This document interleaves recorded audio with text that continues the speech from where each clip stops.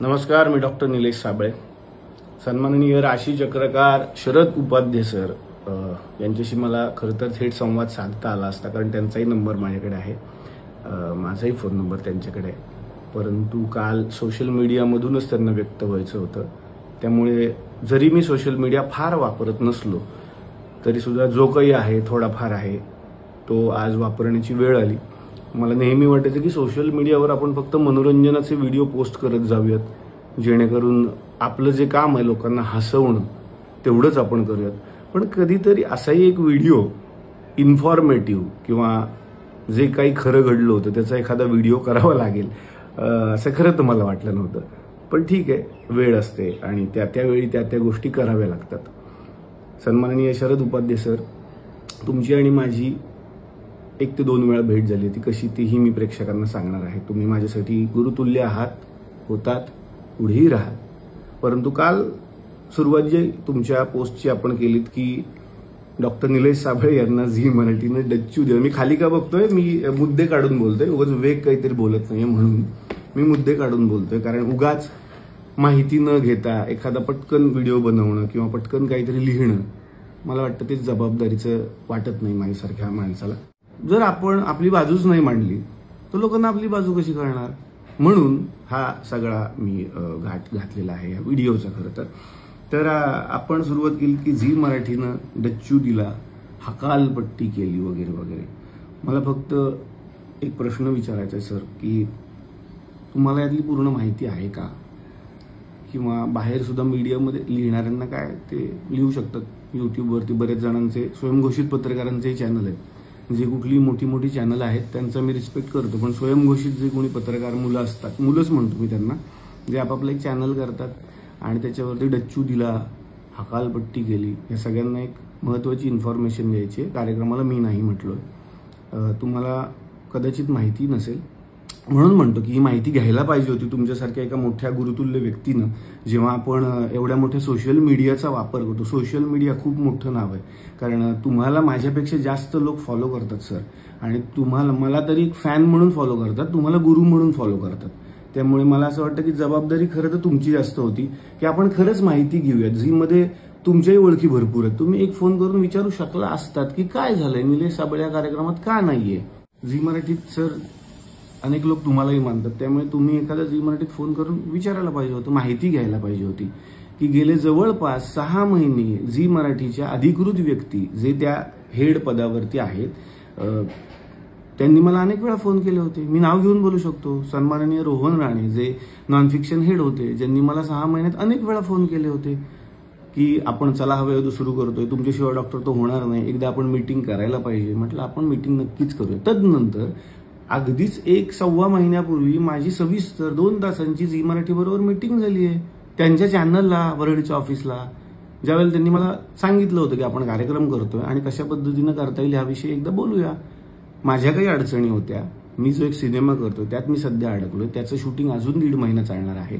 त्यामुळे त्या तारखा न जुळल्यामुळे आणि अनेक वेगवेगळी कारणं असल्यामुळे सध्या या कार्यक्रमातून माघार घ्यायची मी त्यांना रिक्वेस्ट केली की मला माघार घेऊ द्या. याचा अर्थ असा होत नाही की मला कार्यक्रम करायचा नव्हता, मी नकार दिला. मी पुन्हा एकदा क्लिअर करतो, पण मी स्वतःहून या कार्यक्रमातून बाहेर पडलोय. मी स्वतःच म्हणालोय की मला कार्यक्रमात आत्ता तरी भाग घ्यायचा नाहीये. सेम भाऊ कदम सरांचं सुद्धा आहे. भाऊ सध्या माझ्याच बरोबर माझ्या सिनेमात काम करत आहेत, तेही या कार्यक्रमात नाही आहेत. 2 माणसं या कार्यक्रमात नाही आहेत. पण का नाही आहेत याचं कारण तुम्ही जाणून घेतलं का? मला असं वाटतं की सर तुमच्यासारख्या एका मोठ्या व्यक्तीनं थोडी माहिती घ्यायला पाहिजे होती की निलेश साबळे कार्यक्रमाला नाही म्हणालेले आहेत. आणि हे मी माझ्या ऑफिशियल चॅनलवरून आत्ता सांगतोय, माझ्या या सोशल मीडिया अकाउंटवरून सांगतोय. याला झी मराठी सुद्धा दुजोरा देईल जर आपण त्यांना विचारलं तर. अगदी ते सांगतील सुद्धा की माझी मीटिंग किती वेळ आणि कुठे झालेली आहे. मला त्यानंतर बोलायचंय, तुम्ही जे म्हणालात की निलेश साबळे यांच्या सेटवरती माझा अपमान झाला किंवा थेट आता तो मीच केलाय असं तुमचं म्हणणं आहे, म्हणून मला ते जरा सगळ्यांच्या समोर मांडायचं होतं की 2014 ते 2015च्या मध्ये हा एपिसोड शूट झालेला आहे, जेव्हा कार्यक्रम नवा होता. कार्यक्रमाच्या पहिल्या 50 भागांमधला हा भाग आहे. त्यामुळे ते जे वाक्य आहे की 10 वर्ष झाली डोक्यात हवा गेली होती, तर वाक्यात मग पुन्हा प्रॉब्लेम होतोय, कारण 50च एपिसोड झालेले आहेत आणि तुम्ही म्हणता तेव्हा ही घटना घडली आहे. तर तेव्हा हवा गेली होती कदाचित. मग 10 वर्ष झाल्यावर हवा डोक्यात गेली, ही वाक्यच वेगळी वेगळी वाटतात मला सरळ सरळ. पहिल्या 50 भागातच चला माझ्या डोक्यात हवा गेली असेल असं तुमचं म्हणणं आहे. पण मला एवढं सांगायचं की तुम्ही ज्या ज्या गोष्टींची माहिती सोशल मीडियातून समोर आणली ती म्हणजे मला सेटवरती बोलावलं, मला पाणीही विचारण्यात आलं नाही. मला सगळ्यांना सांगायचं की SL विजन नावाची खूप मोठी कंपनी, खूप नावाजलेली झी मराठीची कंपनी चला हवा येऊ द्याचा सगळा कारभार सांभाळते आणि त्यांनी उत्तम हा कारभार सांभाळलाय आजपर्यंत. कंपनीची किती माणसं काम करतात, जे जे लोक हवा येऊ द्याच्या शूटिंगला आलेत त्या सगळ्यांना माहिती आहे. चॅनलची माणसं आलेल्या कलाकारांना रिसीव्ह करण्यापासून त्यांच्या मेकअप रूम पर्यंत नेण्याचं कामही करत असतात. क्लासिक स्टुडिओ जो मीरा रोडला आहे त्या क्लासिक स्टुडिओला याचं चित्रीकरण झालं आणि क्लासिक स्टुडिओची सगळ्यात मोठी रूम ही शरद उपाध्ये सरांना देण्यात आलेली होती, जी AC रूम होती. मला जितकं माहिती आणि जितके कलाकार हवा येऊ देत आलेले आहेत त्या सगळ्यांना हे माहिती असावं की प्रत्येक मेकअप रूममध्ये ऑलरेडी पाण्याच्या बाटल्या ठेवलेल्या असतात. कारण आदल्या दिवशी त्याची रिहर्सल होते, म्हणजे आदल्या दिवशी त्याची मीटिंग होते की कोणाच्या रूममध्ये काय काय गोष्टी असायला पाहिजेत आणि त्या असायलाच पाहिजेत अशी ती स्ट्रिक्ट वॉर्निंग असते. याही व्यतिरिक्त तुमचं म्हणणं होतं की माझ्याशी निलेश साबळे बोललेच नाहीत. बरं, पाण्याचा मुद्दा आणखीन मला थोडा पुढे न्यावा असं वाटतोय. पाणी विचारलं नाही ही खरंच माझी जबाबदारी असेल का असं मला अजूनही प्रश्न पडलेला आहे. कारण मी स्टेजवरती होतो, तुम्हाला जसं आठवतंय मी रिहर्सल करत होतो आणि आपण सर आपल्या रूममध्ये होतात. माझी रिहर्सल उरकून मी प्रत्येक कलाकाराच्या रूममध्ये गेलो, त्यावेळी तुम्हाला पाणी नाही मिळालंय. ह्याला मी जबाबदार आहे का मला अजून कळत नाही. मी ब्लँक आहे गेले 3-4 तास की मी जर स्टेजवर आहे आणि सरांना खाली पाणी नाही मिळालंय, ज्याचा निर्माता मी नाहीच आहे, त्या शोचा ज्याचा शोचा निर्माताच मी नाहीये. बरं, त्या निर्मिती संस्थेला मी दोष देतोय का तर नाही, त्यांची कामाची पद्धतही मी तुम्हाला सांगितली. तरीही पाणी न देणं हा अपमान मी कसा केला मला माहिती नाही. त्यानंतर दुसरा एक मुद्दा आहे, तुम्ही म्हणताय की स्टेजवरती जाताना निलेश साबळेंनी मला स्माईलही नाही दिली.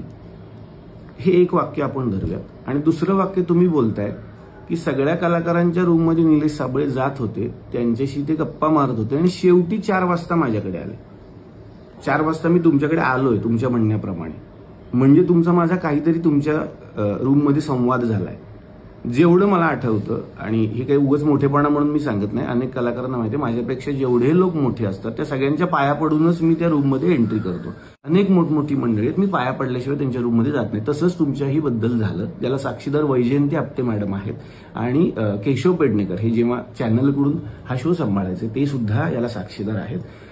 आम्ही तुमच्या रूममध्ये आलो, मी तुमच्या पाया पडलो, तुम्ही मला आशीर्वाद दिले, तुम्ही माझं खूप कौतुकही केलं, मला सांगितलं की कार्यक्रम अजून पुढे चालू आहेत. मग आपण संवाद साधला की आज अशा अशा पद्धतीनं हा एपिसोड होणार आहे, ही प्रहसनं आम्ही तुमच्यासमोर सादर करणार आहोत, अशा अशा आपण गप्पा करणार आहोत. आता हा झाला एक मुद्दा 4 वाजताचा.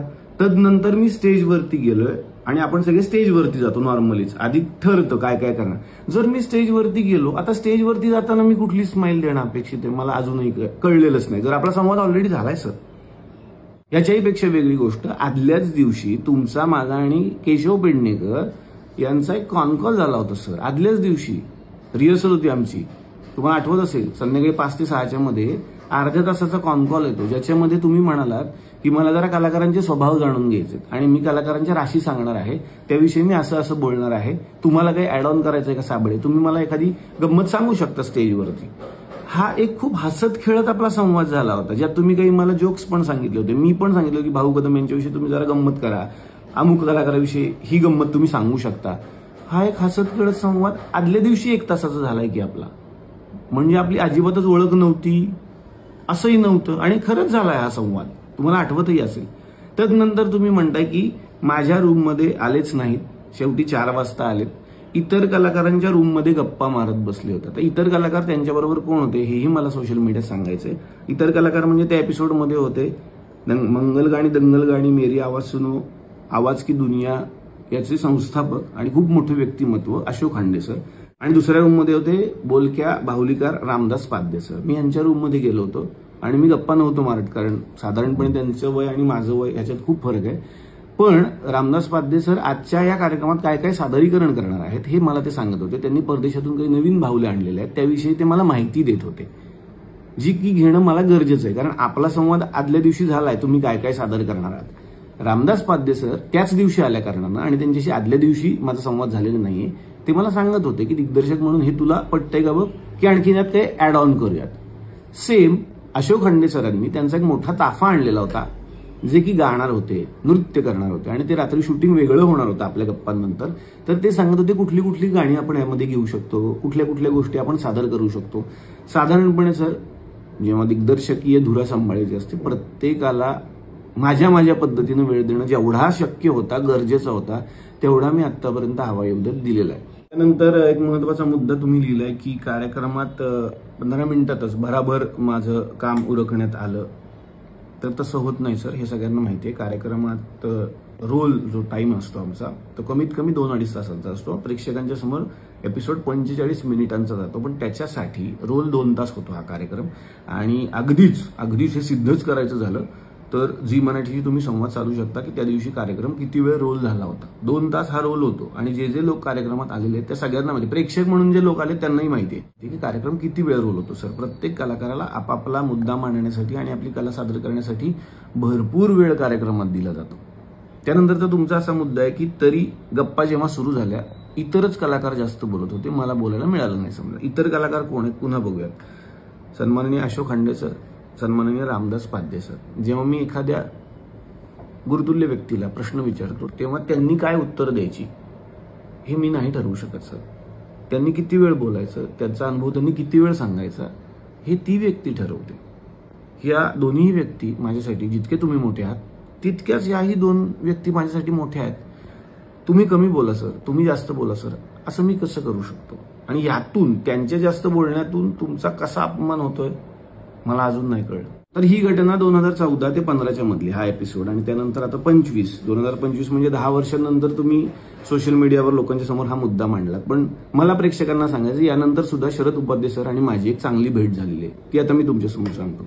ज्येष्ठ अभिनेत्री निर्मितीताई सावंत यांच्या मुलाचं म्हणजे अभिनयचं लग्न होतं आणि त्या लग्नामध्ये आम्ही दोघे एकत्र भेटलो. सर तुम्हाला आठवत असेल एकाच टेबलवरती शरद उपाध्ये सर आणि मी आपण दोघेच बसलो होतो. तुमच्या सुविद्य पत्नी होत्या आणि माझी बायको शेजारी बसली होती. आपण चौघं त्या टेबलवरती बसलो, बाकी कोणी नव्हतं. एक राऊंड टेबल होता आणि जवळपास 2 ते 2.5 तास आपण जेवण केलं, आपण सगळ्या गप्पा मारल्या. तुम्ही हवायोद्याविषयी बोलत होतात, तुम्ही माझं कौतुक करत होतात, तुमचं भविष्य खूप चांगलं आहे याविषयी बोलत होतात, मीही तुमच्याशी संवाद साधत होतो. तदनंतर तुम्ही असं म्हणालात की निलेशजी आपण एक फोटो घेऊयात. तुमच्या मोबाईलमध्ये आपला एक फोटो सुद्धा आहे आपल्या सगळ्या फॅमिलीचा. याला प्रूफ म्हणून अभिनयच्या लग्नातले जर फोटो मी मागवले तर आपल्याला तोही फोटो सापडेल आपण एका टेबलवरती बसलेला, कारण बऱ्याच वेळेला फोटोग्राफी झाली.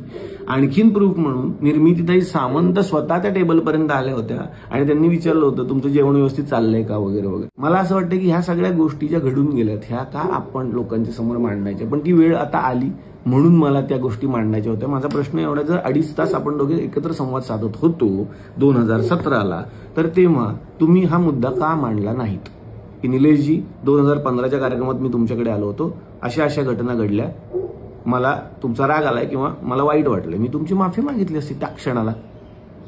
माझं हेच म्हणणं आहे की याच्यासाठी सोशल मीडियावरच तुम्हाला यायचं होतं, म्हणून मीही सोशल मीडियातून व्यक्त झालेलो आहे.